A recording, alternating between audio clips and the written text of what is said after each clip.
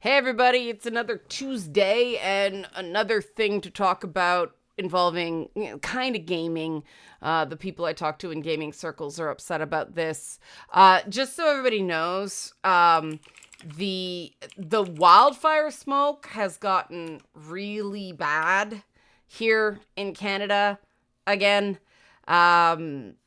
So I'm a little off, but I'm going to talk about the whole fallout of the Online Safety Act, which, the Labour Party in the UK is wearing, but it was actually passed under the who was Prime Minister at the time, but it was done in 2023. It was under the Conservatives. And so, there's no accountability all around. But I can't believe I don't remember who the Prime Minister was. Dear God, I've blocked it. I've memory holed it. It's protective. But there has already been fallout. Things like certain Roblox games have been age gated, asking for driver's licenses or credit cards. Some services have stopped operating in the UK. Others have turned the UK policy global. And again, we wonder why Leanna wasn't a big fan of that tactic for any reason. Stuff like this. If you can do a tactic, your opponent can do a tactic. And I find with government, the dumbest shit tends to be the stuff that sticks.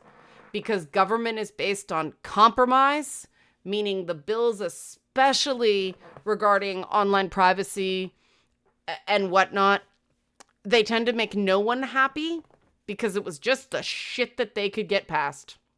So if you like this kind of content I'm going to talk about now what? What do I think we should do? Now that this thing is passed and the likelihood of repeal is low in the short term.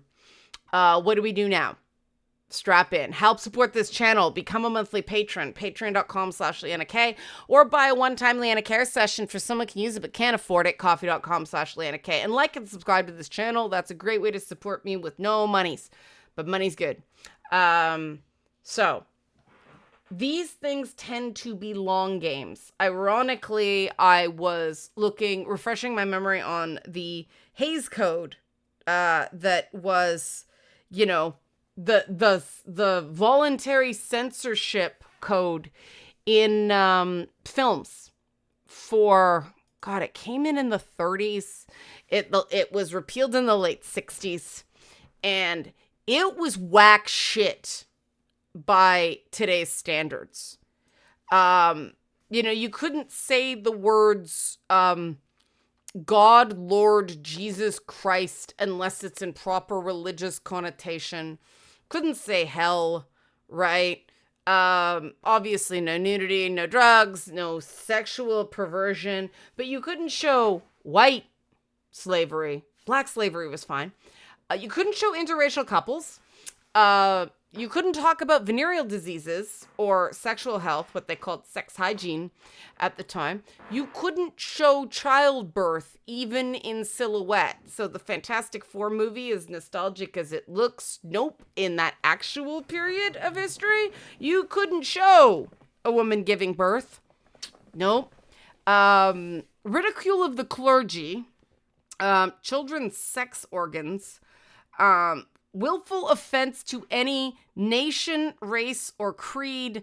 I don't know how that works at the same time as only being able to show white slavery, but the Hays Code was the fucked.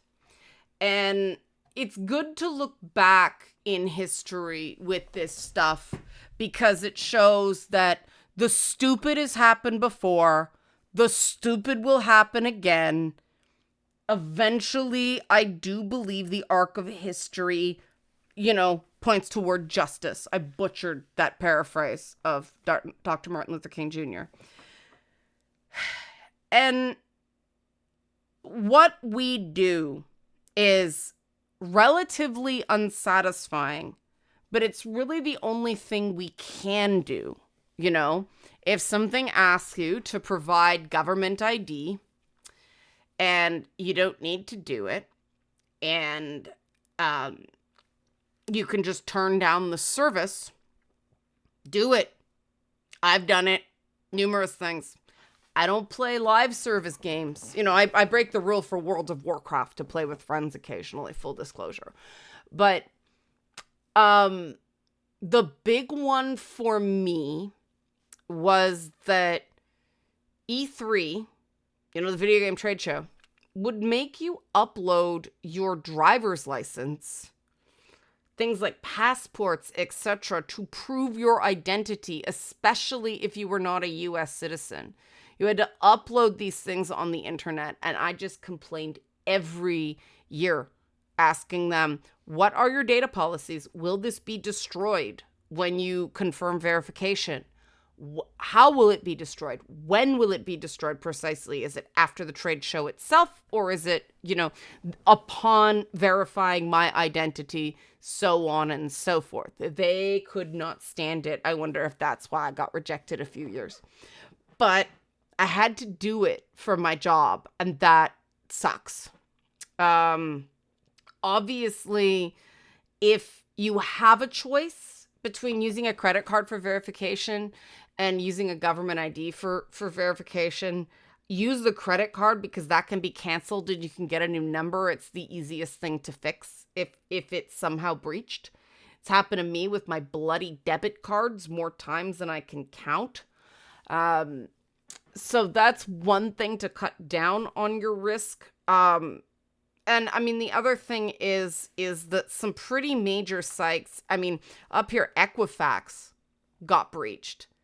And, you know, if your social insurance number is out there being traded on, you know, the dark web, you don't have to worry about anything else. They've got that information already.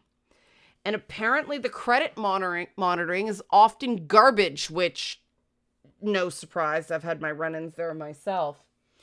And to me, I am low risk for identity theft because I am so public. Now, that doesn't mean it can't happen.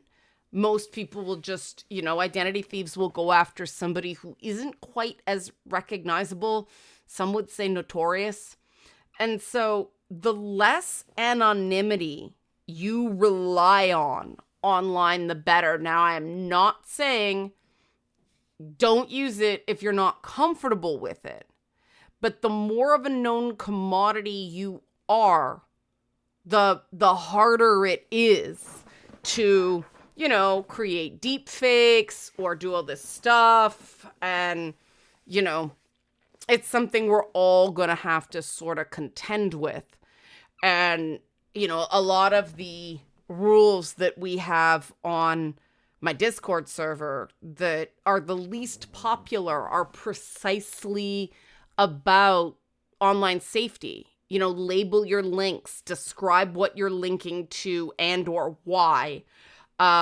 Because Discord viruses tend to spread, hey, check out this thing I found file, and people just click on it thinking it's from a trusted source.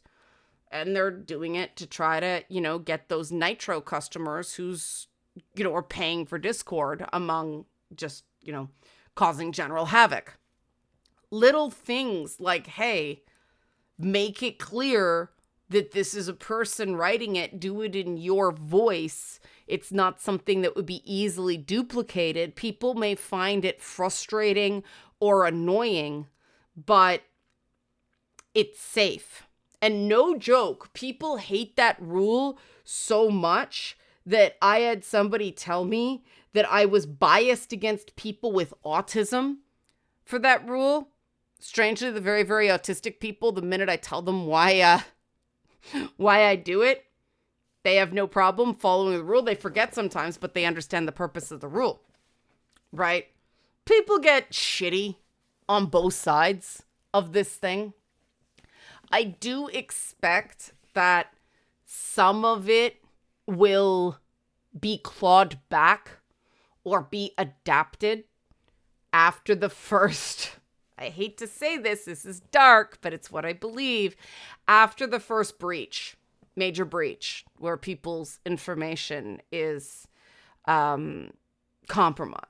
And so if you can hold off till then, you're probably okay. So we're not talking, the 30 years it took to repeal the Hayes Code.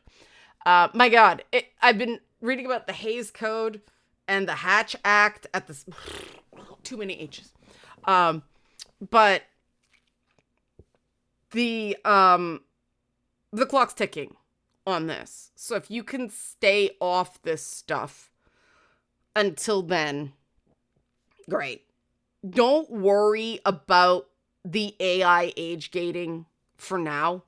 We don't know enough about it to be able to predict anything. It's a pilot project. They're rolling it out to some users on YouTube in the US, as I understand it. It's not going to be broadly adopted yet. So even they know there's going to be cock-ups on this thing. At least they're rolling it out slowly. My YouTube account is so fucking old. This is really something, huh? Like, oh, my YouTube's so old it can, vote if it were a person. But yeah, it'll be an interesting test of the use of AI. I suspect there are going to be a lot of false positives, but it's the old World War II adage, keep calm and carry on. It's a terrible idea. Eventually people will see it's a terrible idea and someone will, find a better solution. And in the meantime, people might be thinking, but what about my smut? If this is your primary concern, that you're going to be asked for ID for a porn site, it's an inconvenience, sure. I'm not anti-porn, but if you can't stop consuming it for, in regular quantities for 6 months or so, waiting for disaster to befall other people, that might be a sign that either you're, avoiding something or you're using lewd material as something of a soothe or a pressure release valve, which no judgment, like a lot of people do, but maybe find other things or figure a way to sort of reduce that stress. It'll be better for you in the long run. Or maybe you've been overusing and this isn't that, what is it? No FAP November or something like that. I don't know. But this isn't that. It's just if it is that a dominant force in your life and you can't find some delisted not safe for work game on itch to scratch that itch. I don't know. That's not something that I really understand. So I'm just gonna call a bit of ignorance on that one. I know what the data is. That somebody asked me that this week. The data says that porn is only proven to be, associated with negative outcomes when it's overused. There is a perfectly safe amount of porn consumption. So if you're just, a light to moderate user, no worries. But yeah, I really think that might be one of the breaches that could happen, because let's face it, that's a big shiny object for more ideologically driven bad actors online to go after. And yeah, it's just a waiting game. And people are not going to like that answer, but that is really the way this stuff works. If you believe strongly in something, you have to be prepared to stick it out. Like I stuck out all the people calling me stupid when I was like, nope, to government intervention because of crap like this. And, you know, some people go, I don't know. I don't care. I don't care if the government has my ID. Awesome. Great. Not talking to you. You don't have a problem with this, right? Cool.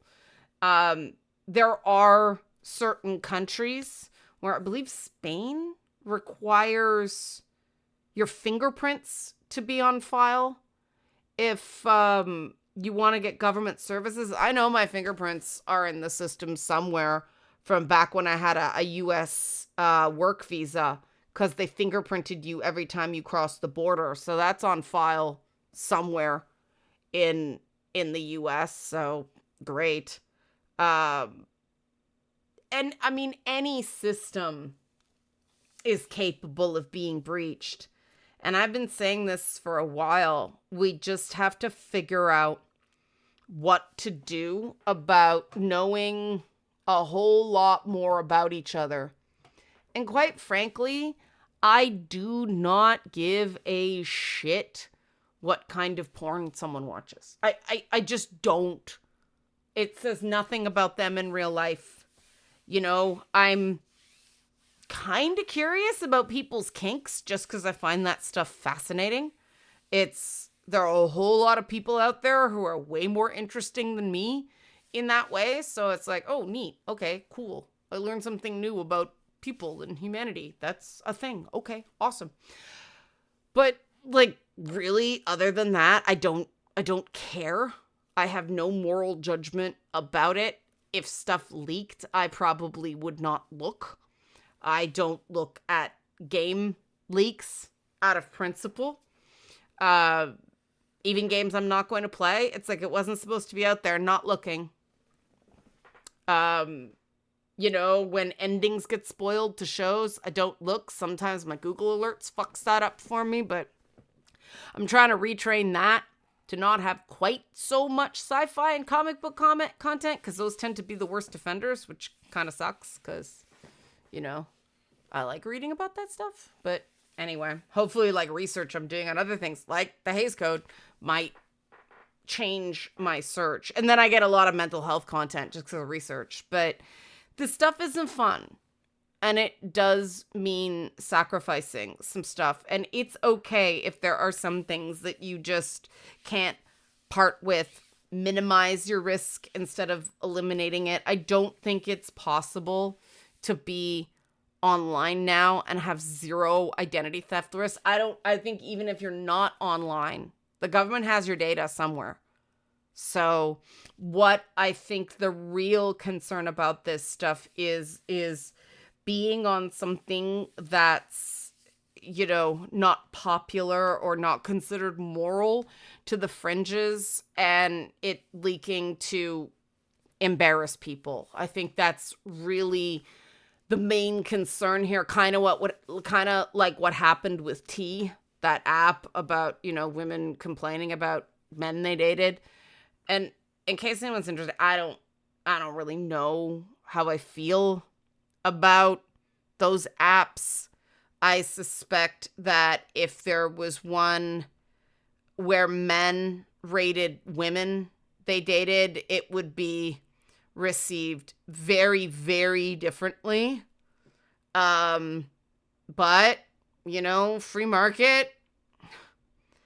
If people want to use that stuff because they're one of these women who has this sort of narcissistic association with being scared that makes them feel special, go for it. I don't think it really keeps you any safer, because real predators obviously, you know, avoid that stuff. So it's just guys who are kind of awkward, or, you know, they might be creepy. But really, there's no substitute for getting to know someone before you let them too far into your life. I mean, the other thing about those apps that I think is people can change. A lot of people don't. But if a guy turns his life around, I don't think there should be that scarlet letter on the internet forever. Oh, there's a reference. Literary. Woo. But I don't make the rules. And this is exactly why I prefer as few rules as possible. Because I don't tend to like the rules that get made. I didn't even really love the digital services tax here in Canada because the outcome would be predictable. They're American media companies and they just leaned on, the daddy state that's going on down there. Daddy, they won't let me do content without us paying taxes like Canadian broadcasters do. Make them stop, Daddy. And Daddy Trump just did. That was my impression of Elon Musk, Jeff Bezos, and Mark Zuckerberg. It was probably the closest to Zuck. But anyway, that was a joke. Yeah, I don't like the rules, which is why I'm sort of opposed to, on principle, more than the absolute bare minimum. And, the question is, has that bare minimum been breached? Is stuff online so unsafe for kids and teens that we need something like this? And, we can't let Netflix series like Adolescence drive our thinking about that because that's fictional, that's not data. And my thought is that social media is too brutal on everybody. I don't think that, subjecting somebody to the shit deluge that is the internet when they turn 18 versus they turn 16 versus they turn 14. I mean, younger than that, yeah, it might be worse. But 16, 18, I don't think there's a huge difference. I mean, we'd have to keep people offline until they were like 25 to 28 to really let their brains mature before we got all this social media shit. We need to insulate them and, have sort of a gradual introduction to the internet. I don't think an 18-year-old is totally capable of dealing with, God, some of the crap that I've dealt with. And I mean, I was a child performer, so I had a long runway there. No matter when it starts, it's awful when it first happens. And the best way to protect kids is to actually have open dialogue and make it clear that they can come to you to talk about anything and you're not going to knee jerk and you're not going to, jump to conclusions. You might not be happy with some of the things they were doing, but you're always there to listen and help them out of a bad spot, because the law is never going to keep up with this stuff. I do think that when you age gate content, it does become more appealing to those vulnerable, younger teenagers. And it does become something of a grooming tool of, here's this thing you're not allowed to look at. The older boy lets, the kid who's a few years younger than him look at the stuff he's not allowed to see yet. I mean, that happened going back to when I was a teenager in the 90s. We were just getting the internet then. It made the dung dung dung dung dung dung dung dung noise, right? There's no way to ban this into not existing. I really do think that the social media companies need to do better. It's never going to be perfect, but the sheer amount of this garbage is inexcusable.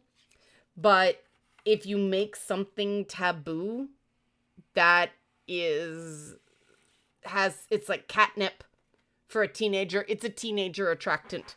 So I suspect this is probably going to backfire. Hate to break it to everyone, but teens were watching porn, underage, before the internet, it was pay TV and VHS beta tapes. Though I think it was, did I ever see a beta porn tape? I don't think so. I think it was only VHS. But that's not really important. I'm gonna stop now. Anyway, hope you found this a little bit reassuring. It might be a little bit depressing, but TLDR, this will, if it is as bad as the privacy advocates think it's gonna be, there will be a period of shit before it gets corrected, a la the Hays Code. And just hold off as long as you can so that you're not part of that first major breach that causes them to change things. All right. Help support this channel. Become a monthly patron, patreon.com/Leanna K, or buy a one-time Leanna Care session for someone who can use it but can't afford it. Coffee.com/Leanna K. Thanks for watching. Like and subscribe if you like this content. Your support in any way is gratefully appreciated, even if you just leave a decent comment. Thanks for watching.